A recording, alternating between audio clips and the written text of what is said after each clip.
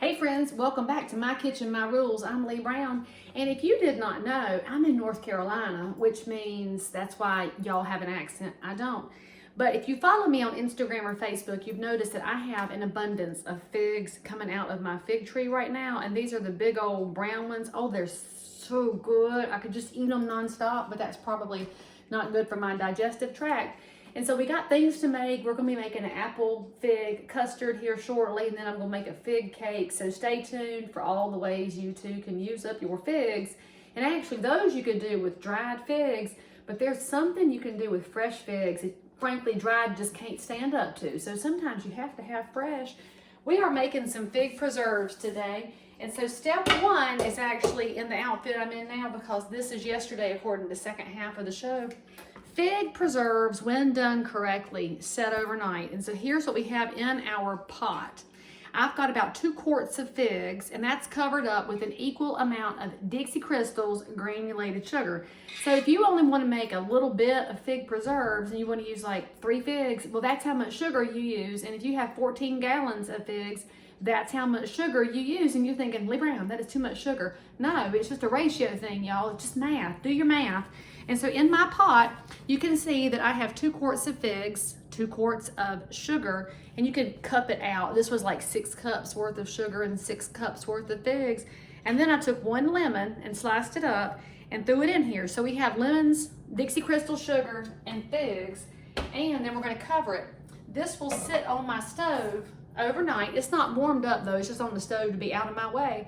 And then you'll come back after the commercial break, which is also overnight, and I'll show you what happens in step 2 so that you can have fresh fig preserves all the time. And those of y'all that like goat cheese and prosciutto and all those other fancy things, figs are the perfect pairing with that. Although for me, I really just like to eat figs right just straight out of the jar or right out of the basket. So I'll see y'all here in just a little bit in like 12 hours. Oh, did y'all miss me? See, now I told y'all this was like a multi-day recipe. Let me show you what the figs look like after they sat overnight. So you'll see you got a ton of juice in there. Wish I knew how to zoom better, but you can see the juice, and it smells already really amazing. So the next step for making your fig preserves is you don't drain any of this juice off, and this is the good stuff. So you're gonna cover the figs, sugar, and lemon mixture in water. So just add enough water to cover your concoction here, and that will pretty much supplement your juice. And it's one reason you let it sit overnight, so that you have juice in addition to your water. So then we're gonna set this on the stove, and it's gonna cook at a very low heat. So you need to cook these gently and low, because that makes the juice turn into syrup.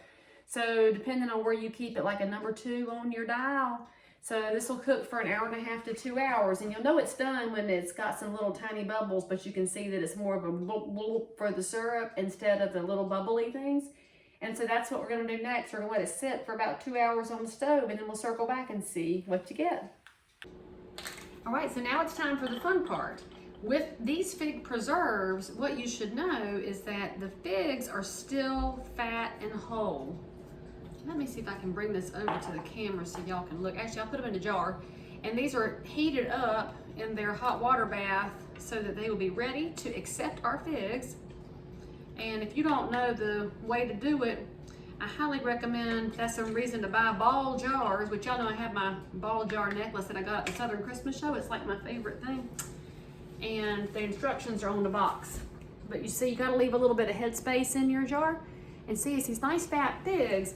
Well, what makes these preserves so good is that you will fish out one of those figs and put it on a piece of toast or cake or whatever.